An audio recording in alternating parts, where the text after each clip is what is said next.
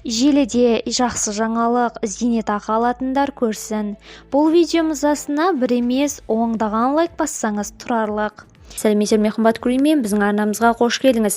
Әлемде және Қазақстанда болып жатқан жаңалықтар ең біріншілерден болып біліңіз, келсе арнамызға жазылып лайк басуды ұмытпаңыз. Келесі жылдан бастап зейнетақы мөлшері көбейеді. Қаржы министрі алдағы 2 жылға арналған республикалық бюджет жобасын ашылымға порталында жариялады. 2025-27 жылға арналған жобада 2025 жылдың қаңтарынан бастап ең төменгі зейнетақы мен айлық есептік көрсеткіш мөлшері көбейетінін мәлімдеген. Биылғы есептік көрсеткіштер мөлшері ең төменгі жалақы 85 мың теңге, ең төменгі зейнетақы 57 853 теңге, ең төменгі күнкөріс деңгейі 43 407 теңге. 2025 жылға арналған жоба мақұлданса, ең төменгі жалақы 85 мың теңге. Ең төменгі күнкөріс деңгейі 46 228 теңге.